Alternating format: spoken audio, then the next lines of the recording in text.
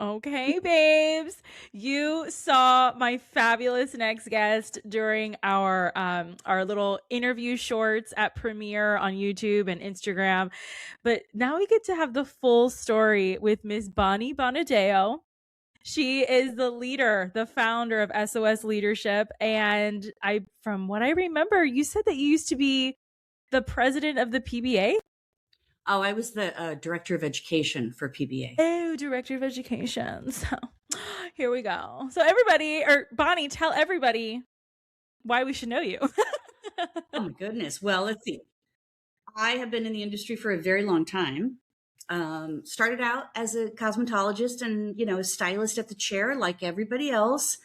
But I really struggled with thinking I was creative with my hands. I was creative with my thoughts, my ideas, but my hands just kind of didn't always match up to what I thought I could do with hair.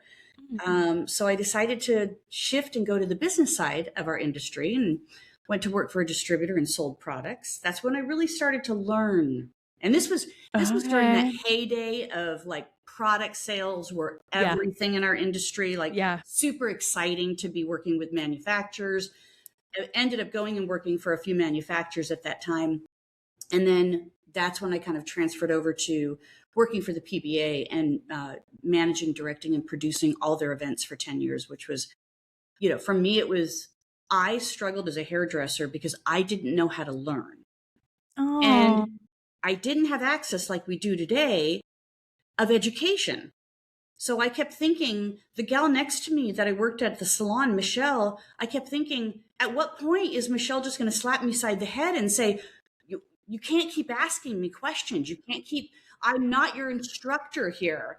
And so I thought, I got to figure out how to learn. And that's when I went to the business side of the industry. And fortunately it did. I learned an enormous about not just how to do hair, but what the industry was really about. And then I got the privilege and great honor to be able to offer education to the entire industry so that other people weren't in that same position that I was in. That is really interesting that you say, I didn't know how to learn. Okay, so what did you think learning was? And then what did you discover that it is? Well, that's a really good question, Christine.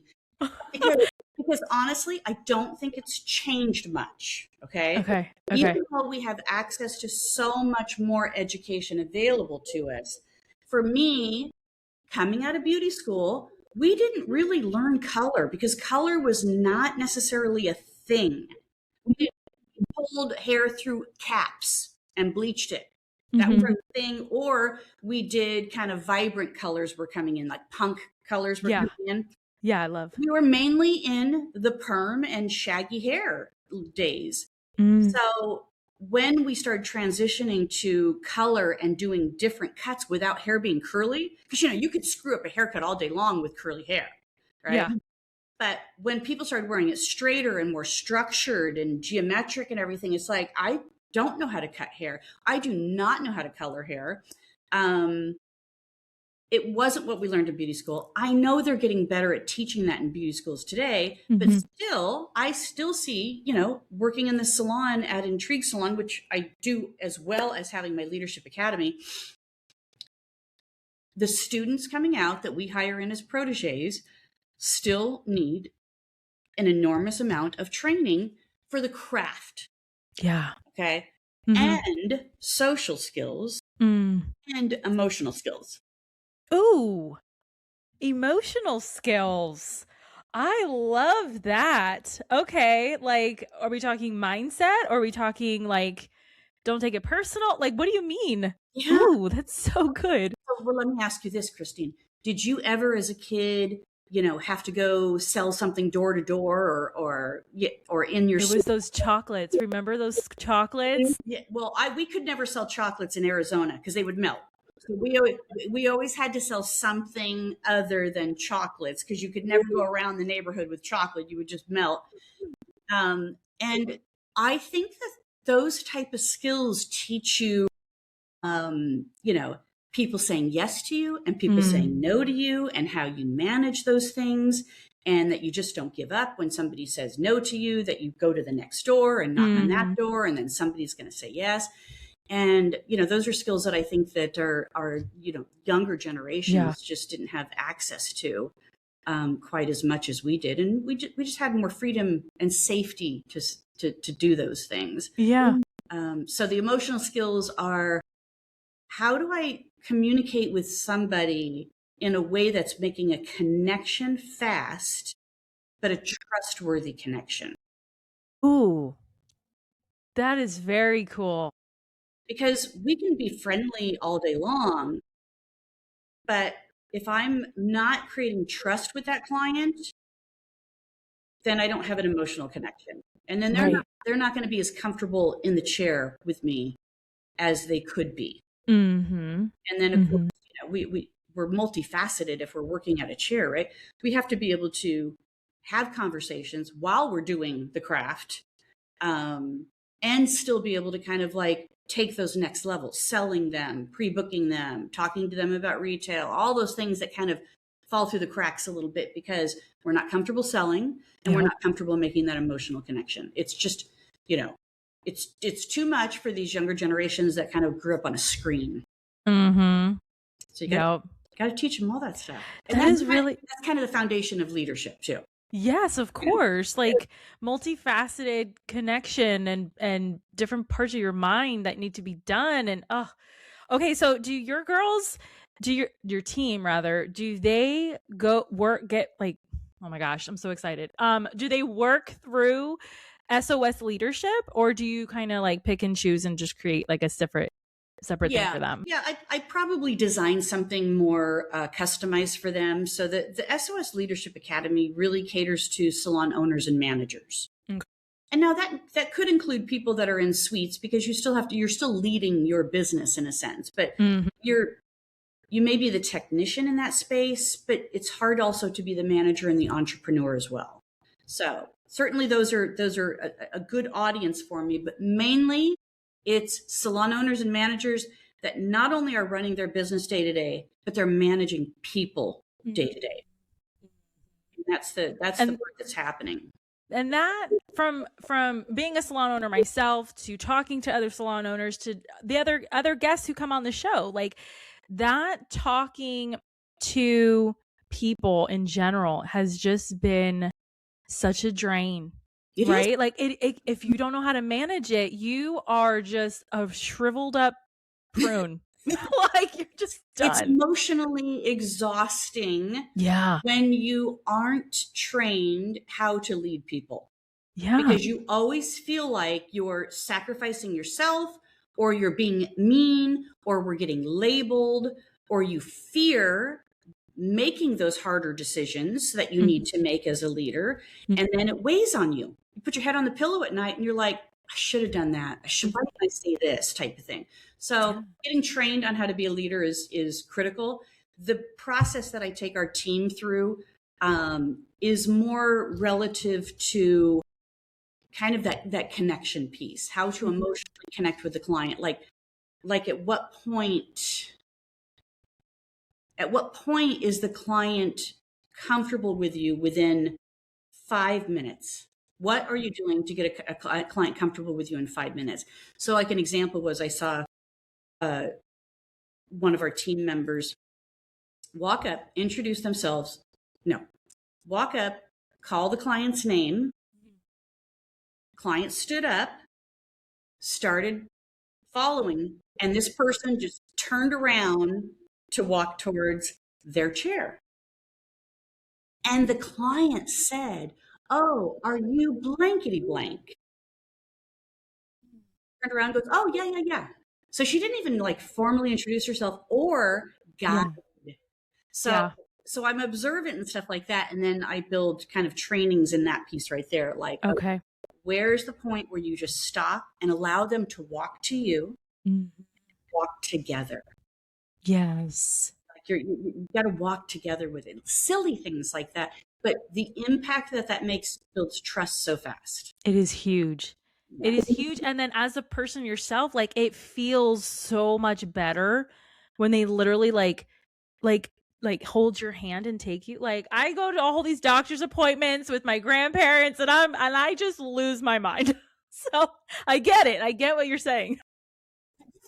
Because they don't know where they're going. And Right. this is the first time, I think about it, if this is the first time you're visiting a new stylist, there's an enormous amount of hesitation and like, oh my God, are they going to screw up my hair? Yeah. They're going through. Mm-hmm. It's nerve-wracking. It's overwhelming. Yeah. For them. We take it for granted. We take it for granted. So we have to put ourselves in their shoes. And then, of course, even if it's a client that's been coming to us for an extended period of time, stay in their shoes, because sometimes they might want something different. Sometimes they might be having a better day or a bad day. And we just have to be more present to those type of things. And, you know, exactly. And that at the end of the day makes the job that we do physically and emotionally exhausting. Mm-hmm. So how do we manage that? How do we? Yeah. Yeah. I sat in your classes during Premiere Orlando. I was all about it. Like I was just, it was so good to be fed, I think, like steak and potatoes, and in regards to other things to be learned. But everybody listening and watching, make sure you go check out Ms. Bonnie on SOS Leadership on Instagram and all the things. We'll have all the links. But in any case, so you kind of touched on it, but what has been your biggest struggle, personally, professionally, that you kind of look back on and you're like, thank God I kind of went through that? Well, obviously it's why I'm here today, right? Right. That's the true story. Yeah. So when I went to work for a manufacturer, I'll step back one thing. When I worked for the distributor, I was one of the very first female salespeople they had. Okay, I'm not that old, everybody. I swear you, I'm not that old. Oh. No. Wow. We think this is a very dominant female industry, and it is at the level of the salon level. But when you go into the business side of this industry, it's a man's world just like any other industry. So I was like one of their first female salespeople. And the women in the salons didn't like me very much.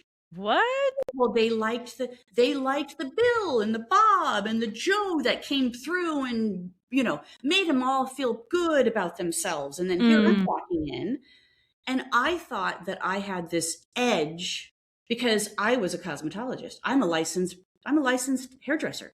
So Right. I'm going to be able to talk the talk. And I realized that kind of wasn't what they wanted. They wanted the him, Bill, Bob, you know, bringing in the donuts or the croissants for them and making them feel good.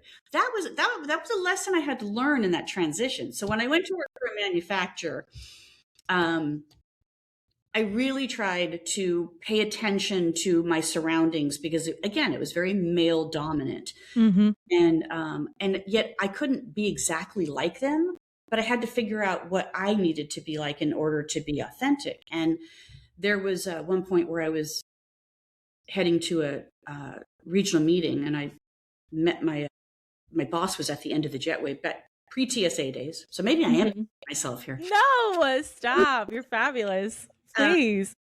And my boss was at the end of the jetway. And by the time we got to baggage claim, she had fired me. And I loved my job. I got promoted as a leader. We just, like 3 months prior, I got the President's Eagle Award. We had the top sales. I mean, I loved my job. I thought I was doing a very good job. Okay. And so when I asked, why are you firing me? And she says, well, you're not a very good manager. And I thought, well, when were you going to train me to be a manager? Because you trained me to be an artist and an educator and a platform artist and a colorist. All those things when I worked for you as a manufacturer. When were you going to train me to be a manager? And she goes, you should have already known that. And I didn't, of course. I didn't. So it took me a long time, Christine, to kind of get over that. I was always very sensitive to it. So I'd go in another position. They'd want to hire me to be a leader or manager. And I'd be like, well, yeah, I don't know. I'm not good at it type of thing. But I kept I kept getting those opportunities. So I kept putting myself into those opportunities, thinking I'm eventually going to get this, right? And it wasn't until I learned emotional intelligence that I really understood not how to lead or manage people. I understood who I was being. Mm-hmm. And who I was being was somebody that was incredibly driven, very performance driven and results oriented. But I would just leave my team in the dust of like, come on, jump on, we're going, let's go. Mm-hmm. This is how we're going to do it. And I didn't really have those people skills or those listening skills or those coaching skills to be able to say, what do you guys think we should do? What's the next big thing? How are we going to go from here to here? What's your idea? Like, I never did that. Yeah. And I discovered that that was what was missing for me. And then that kind of transitioned me into being a coach, because that was where I was going to have to learn those skills more than anything. Yeah. Was to be a coach. Oh, yeah. I love that. I love that story. I love it because it made you who you are today. Yeah. And, you know, and the love that I have for leadership, like, you know, it never felt like a burden to me, but I just was doing it how I thought you should do it. And I also had a very masculine way of doing it. That's what was modeled to me. Mm-hmm. And it took me a while to find that feminine side of being the leader. And I think this is where our industry struggles, Christine, because we're females leading females. And we don't want to always be the leader. We want to be part of the pack. You know, that's true. We want to be friends with them. We don't want to like have to be over here all alone. And I think that we all know that that's part of the process. But you know, finding that emotionally but feminine approach to leading women. I love that you are talking about this, because besides the fact that that is very much like on trend in the coaching world, right? The masculine, feminine energy. But it's true. Yeah. Like, we are women, like, it is exhausting to live and act in a way that you were not meant to be, you know? So that was beautifully said. And I am so grateful for that. Whoa. Oh man, I love it. Okay. So that was your struggle. Mm-hmm. What has been your biggest failure, professionally or personally? Oh. All right. So as you kind of go through your career and you start to learn things, I always thought to myself, I am going to be an entrepreneur. Like, I just knew that I was going to be my own business. Because even knowing what I knew then in regards to emotional intelligence and leadership and stuff like that, I wasn't a very good employee because I always wanted to lead. So if I had a boss, you know, I wanted to be the boss. And that at times created some friction, right? Yeah. So I thought, well, I just can't work for people. That's just all there is to it. I just have to be my own boss type of thing. Yeah. I got this brilliant idea to start my own business. And although it was a good idea at the time, I was nowhere prepared to be the entrepreneur. And it wasn't just that I wasn't prepared, you know, as Bonnie, as, look, okay, I'm ready type of thing. It was, I kind of made some really big life choices. So I was a single mom. So I got divorced, I became a single mom. Then I, you know, bought my very own house for the very first time in my life. Like, it was like I was doing well enough to do these things. And then started my own business. And this was during the housing crisis. So things got really bad. Then, of course, we went into the recession. Things got even worse. I created a business where I was managing and representing educators for education. So shows would work through me. I would book all their educators. Manufacturers would call me, and if they didn't have an education team, but they needed to do a photo shoot, I would send in, you know, artist talent. Cool. Okay. find all these people and doing all of this, right? Well, guess what? When we went through the recession, there was also an enormous amount of acquisitions taking place in our industry with manufacturing. Mm-hmm. Guess what department got eliminated? Of course, education. Yours. Education. So the great idea that I had under the circumstances of how the economy and the world was going kept making it smaller and smaller opportunity for me. And then, I became very resourceful Sure. to make money. Yeah. And, did okay. But then Facebook came out. And it is crazy to say this, right? I love this. No, because I remember Facebook has been around for like a million years, right? Facebook comes out, and the talent that I was representing could represent themselves. They could just put themselves up on Facebook and promote themselves. So then there was less and less of, I don't need, Bonnie, right, madam. Right. That's funny. Or anymore. That's how it feels for sure in the industry. Yeah, I can do it myself. And, of course, that led me to my next business, which was, okay, fine, you do it yourself. But they were failing at doing it themselves. Now, this is what I failed at as an entrepreneur, too. When I sold anybody else's stuff, I was super confident. When I was selling my own stuff, I was not so confident. Okay. Like selling me selling me was a lot harder than I thought it was. Me selling my services was a lot harder than I thought it was. So when all these educators started promoting themselves through social media at this time, they just weren't doing a good job. So then I knew I had to start coaching them on how to do it better.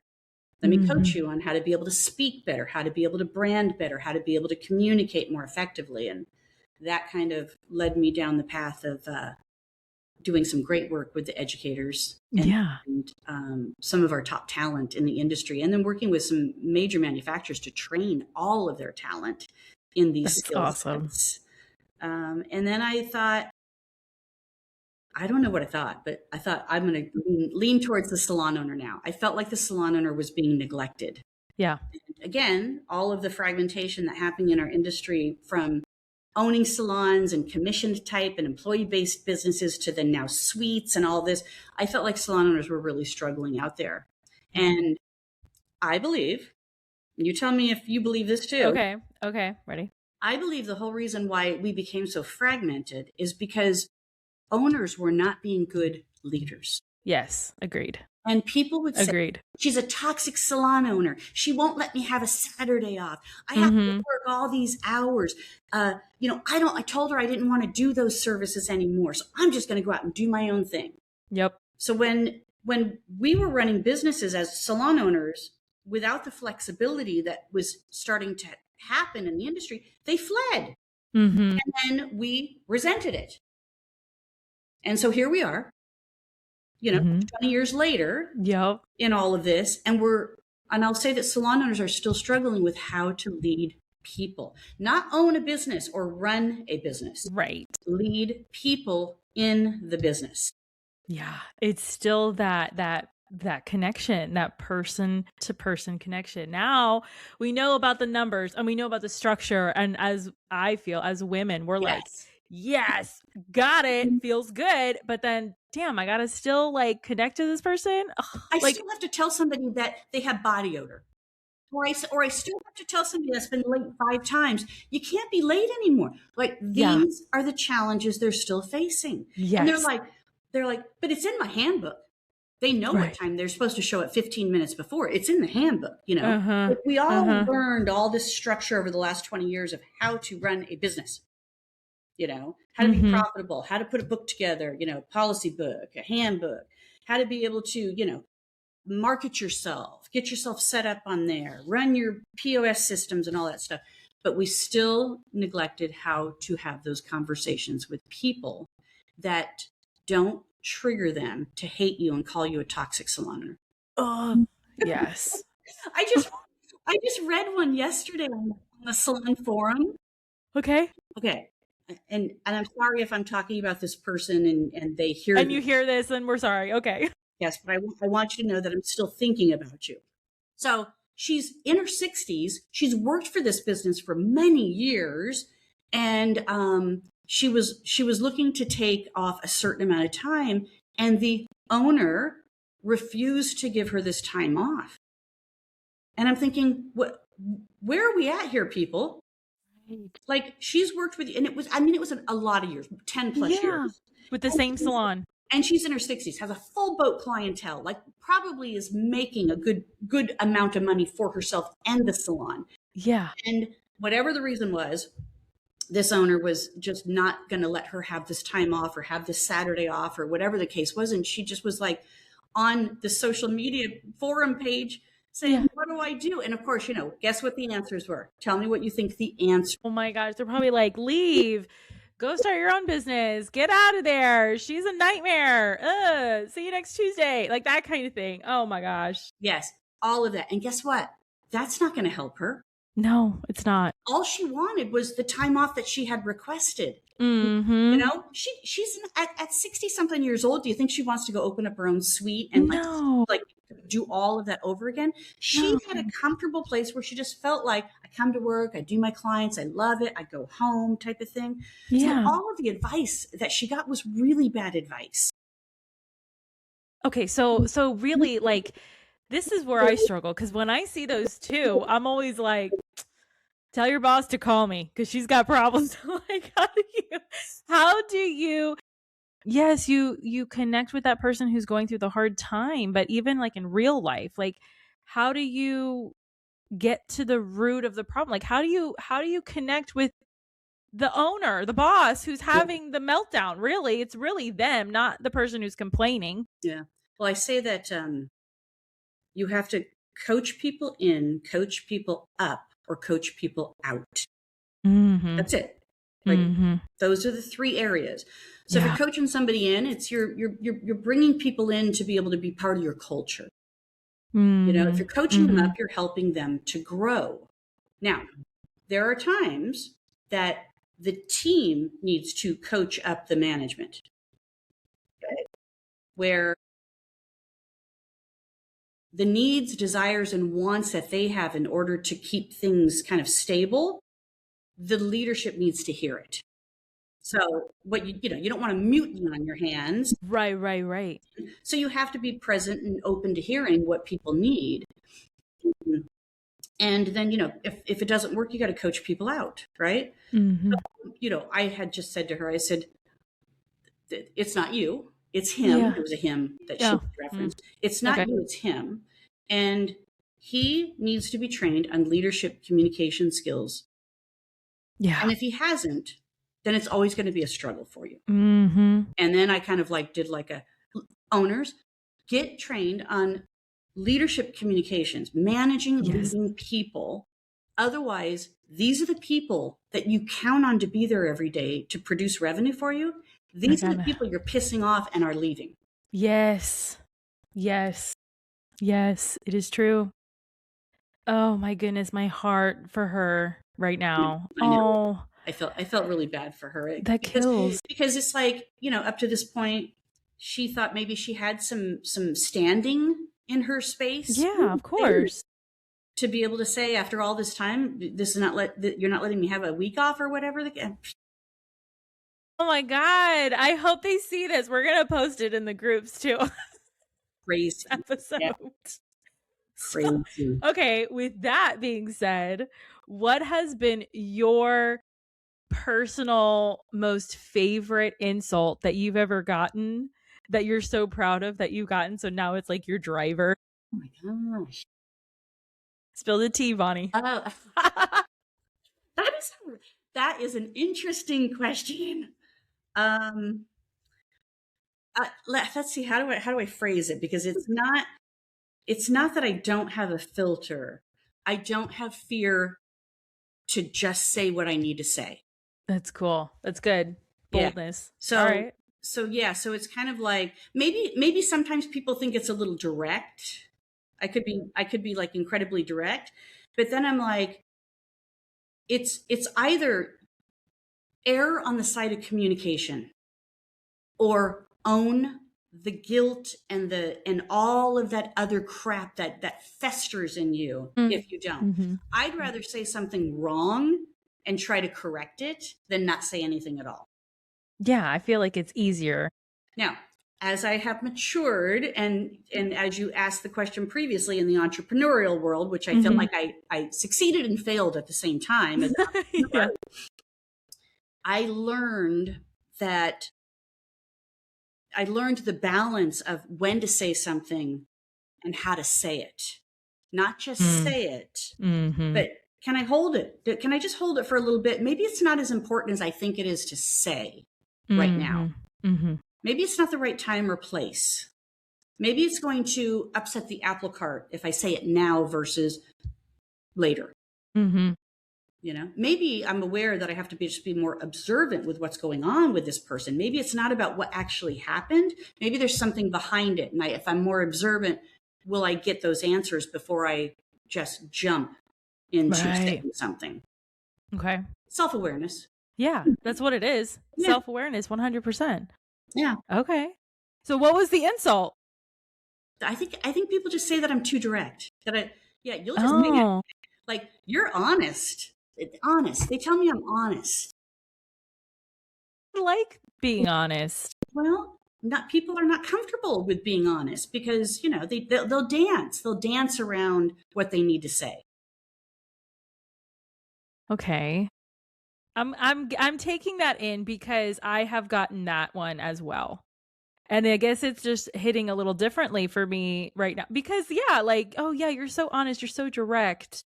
Well, duh, like I don't that's interesting. Yeah, No, why don't people like to be honest? Are they so used to lying that it's a trigger for them to be honest? I think that possibly. They might fear the outcome. Oh. They might fear the outcome. You know, because sometimes being too direct is rude. It can be rude. I mean, yeah. Yeah. Okay. Yeah. All right. Well.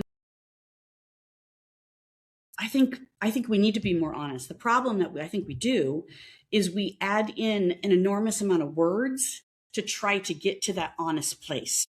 Oh. You're so great. I love working with you. You know, I mean, you for the last 3 years have just been really one of my favorite people. By the way, you have body odor. Right. So that's, I think, the challenge of people fearing going down the honesty path is as a more direct conversation. They try to like massage it and sugarcoat, do all these other things to make it easier. It doesn't make it easier. So with that example, how do you be like, listen, babe, so you're a little stinky today. Like, how do you do it? I'm wondering if you're aware. Okay, that's cool. I like that one. I'm wondering if you're aware that recently I've noticed that you have come in, maybe not at your best, maybe not that $100,000 hairdresser that I know you are. Right. That's and then you just kind of lead into it from there. Yeah. It's not, a lot of times, it's not that they didn't use deodorant that day. It's usually something going on. To get more to the root cause of it. So you have to be a very patient leader in allowing that to show up. Because if I told you, you have body odor, I'm going to need you need to shower and use deodorant before you come in tomorrow type of thing. If that's all I'm doing, then that person doesn't feel heard, valued, or respected.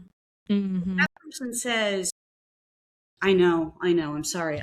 My washing machine and dryer went out. I'm actually pulling clothes out of the hamper instead of like going to the laundromat, which is what I need to do. It's getting fixed this weekend. It'll get taken care of. And then you're kind of like, okay, that's a circumstance. Right. They are aware of it. I don't need to say anything else. Right. And sometimes it's even worse than that, you know? Of course. Sometimes it's like, I got kicked out of my house. I'm living out of my car. You know, Like Yeah. sometimes there's really, really dire straight situations that are happening behind the scenes. And although I'm willing to hear them as a leader, I don't try to fix it for them. I Yes. will support them in how they can fix that for themselves. And Mm-hmm. and they will. If you give them the space. If you give them the space and the respect to have that kind of a conversation, and most importantly for people to feel heard. Mm-hmm. You know? For all of those, for all the boss babes and everything watching and listening, I hope, and Bonnie, please let me know if this is true. Like, you know, we know all the systems and we're like go-getters and we're like check, did all that. Wonderful. Now we got to connect. Okay. From what I am hearing and understanding is as leaders, we have to slow down everything so that we can be patient and so that we can slow down to speed up. Mm-hmm. That's Yes. really, Yeah. yeah. And you know what? Just like learning anything, it's a framework. So I want you to think about, you're going to learn a brand new haircut for the very first time. You're not going to go through it fast. You're going to be super slow and super methodical. And then you're going to be like, wait, where do I go from here? And then you're like, oh yeah, this way, hold it this way. It's the same thing. But after you've done it a while, you master it and you don't have to be so slow and methodical. So when you learn a framework of being able to have these conversations and coaching people and allowing them to feel heard, it's a very easy framework. You just have to practice it. Right. And the other part to that is not being slow and present. It's also saying a lot less. Mm-hmm. We say way too many words, and that creates confusion versus clarity. Wait, what is she asking me to do?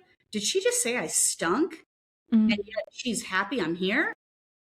You know, You see that? Look at that. Yeah. it's a very mixed message.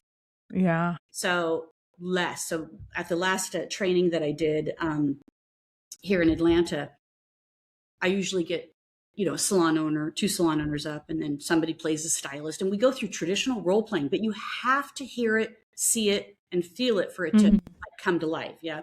Yeah. So it was a very simple process. It's like, okay, I want you to have a conversation with this person because they've been late a few times. It's not like them. This is unusual behavior, but you need to kind of bring it to their attention now because you don't want this to keep happening, right? And they'll start the conversation and I'll say 50% of what you just said. And then they'll kind of cut it down. And then I'll say 50% of what you just said. And they'll cut it down. And then I'll say, now cut that in half. So it ends up being one very simple yet clear question, not statement, that allows them to give you an answer. Wow, that's and then awesome. Once they answer, this is where you have to be on and hear what they say. Because whatever they say is where you go next. Not where you want to go next, not what your head's saying to go next, not where your thoughts.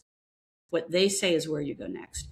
So it is slowing down for sure on the front. Yeah. Oh, all right. What do you want to be remembered for? That I just made a difference. Yeah, that I made an impact with not just people in this industry, but that I made an impact as a human being. That people saw me as, wow, that was pretty cool. She lived a good life. Yeah. Who are the people that you look up to that have influenced you?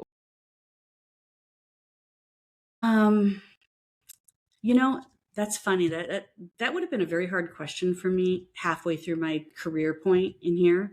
Yeah. Because I felt like there wasn't anybody to mentor me in these positions and stuff like that. But some of the people that I love and adore, Jeff, my fiance, I mean, he's such a good person. And I have learned to be a better person because of who he is. Yeah. And he naturally knows how to be, and it works for him. It can't be exactly how I need to be and have it work for me, but I admire that process that he does. He's well liked, and this is what people say about him. He's the nicest guy in the industry. Oh, he really is. I mean, yeah, we met him, right? So he was. I thought he was like a doll, you know. I love that. He's just the nicest guy in the industry. And, yeah. So definitely Jeff on the front end. But one of our other friends here that's in Atlanta is Candy Shaw. And here's why I admire her. She does not miss a beat. She doesn't, and I love it. Doesn't miss a beat. Like how she packages things up, how she presents herself, how she presents her programs, her content, her education. She really is one of the best educators that I've ever met. Mm-hmm. But she really puts it all together in a way that you think, like, if I did it, it would be like, oh my God, that would take so much time and energy and all of that stuff. But it just comes very natural to her to be able to do those little touches that just make it memorable, you know? So yeah. So she gets that. She gets that. And that's why she has the success that she does. Yeah. All right. We got Jeff. We got Candy. Who's a third one? Well, my son, of course. You know, I mean, it's like, I don't want to not. I know. There's so many people. This young man that I raised, he's 27 now. From the very start, even though I didn't know what this meant in my early days of being a mom, my son came out of me emotionally intelligent already. I love it. So I learned from him the way that he responded to things, the way that he would be like, it's not important. But the discipline that young man had, I never, ever had to say, go do your homework. Oh, he just did it. He would just come home and he would, this is what he would do. Mom, I'm going to grab something to eat. I'm going to play video games for 1 hour and then I'm going to get to my homework. I didn't even have to say anything. And I'm like, yeah, no problem. You're like, oh, okay. Like, he was just a very disciplined young man. And so today he's got a great job. He's working for this organization. They just promoted him in a management position. And last year at the Las Vegas show in June was the first time that he ever actually sat in one of my educational classes. Oh, because he was in Vegas at the time. So he was sat in one of my classes and he goes, I get it. All the things that you've said to me all these years, like you put it all together in 1 hour. I get it. And I'm like, yeah, you've always gotten it. You just needed maybe the framework of what it all represented and stuff like that. So I am very excited that he's taking on this leadership position. And so I said to him, I want to work with you on a couple of coaching skills, that communication coaching skills. Are you willing to work with me on these? And he's like, yes. He goes, because I don't want to screw up. Like the work is too important. My team is too small. They have so much on their plate. I don't want to screw up in how I communicate with them. Yeah. Oh, that is so beautiful. He's a good kid. He's like, Mom, I need your help. Yeah. I need your help. I love that. I got blessed with one angel. I never had an opportunity to have a second child, but you know how they say the first one's an angel, the second one's a devil type. Yeah, so you spared. I'll take the angel. You got spared. So with all of this experience that you've had in the industry, in your own personal discovery, like, what is one lesson that the beauty industry has taught you that you wish these CEOs, the mailman, the lawyers, like, what is that lesson that you wish that they would understand most? We could say that we're in the service industry, but the level of service that we do is so unique to other service industries. So you could say restaurants is service industry, but their product is food, right? you could duplicate food. You could make a great meal, put it in front of me, and I could be like, you want to know what? I can do this at home type of thing. Mm-hmm. Mm-hmm. And, then you've got the medical field that they have, yes, it's a service-based industry type of thing, but they're focusing on medicine. We have to focus not only on the craft, but the relationship we have with that person in the chair every 6-8 weeks. Yeah. Like, it's really a unique industry. And I think we should be incredibly proud of the way that we are in this industry and how special it is that we can do this, that our product is people. Yeah.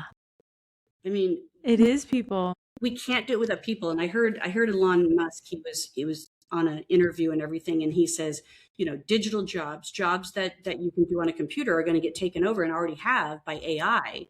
Jobs that are service-based businesses where it's about the people will not turn into AI jobs soon. Eventually, maybe, but not right away. So if you're and you have to think about that. Like, think about the creative jobs. Yeah. I don't need a photographer anymore. I can ask AI to take a picture of me and say, hey, take a picture pointing at my sign over here, right? Mm-hmm.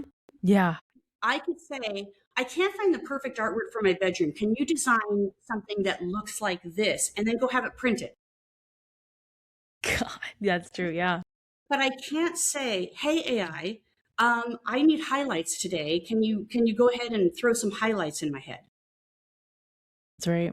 It's still something really incredibly special. And although I feel like our industry always kind of gets bad-mouthed and, we don't make a lot of money, we're not college graduates, all of that stuff, I think we should really own, and with amazing pride, what we do, because it's not everybody can do this.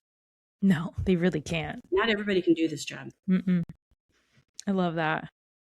Okay, so with everybody listening and watching, we're going to have Bonnie's links in the show notes. Make sure you click them. There's a little free little Quizlet there. So if you love taking quizzes, you need to take this one. It's very insightful and I love it. So there's that. And then before we wrap up, Bonnie, what is a question that I did not ask you that you wish I would have, and how would you have answered?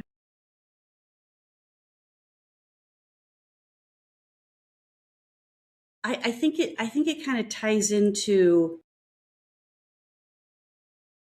what can people do? Like, if they know something's missing, what do they need to do? So right now, if you asked me, what do you see the industry is like, what's in the industry right now that's happening that feels disruptive or whatever?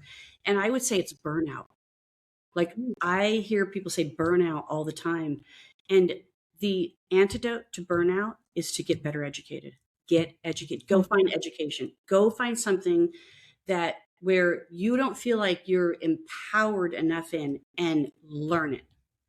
I don't care what it is. Marketing, branding, social media, running ads, leadership, maybe a particular razor cutting or something like that. I don't care what it is. Find an area that you don't feel very strong in. Go learn how to do it. Because it'll change your burnout fast. Yeah.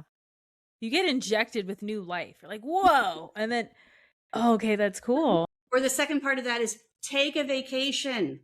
Go take a sailing trip. Go remove yourself from anything that you have traditionally done and put yourself in a different environment so you can kind of come back and say, wow, I got a good life. Or that was so needed. Yeah. Yeah. That is true. A different environment changes you for sure. 100%. Yeah. Oh my goodness. Bonnie, thank you for coming on the BeautyPro podcast. I am so excited. Yeah, I'm happy to share our conversation with everybody listening and watching. It's been an honor, really. Thank you so much. I really look forward to seeing this out there, but working with you again in some capacity, because you're a very bright light. Thank you. Thank you. All right, you guys, that's a wrap, and we'll catch you next time.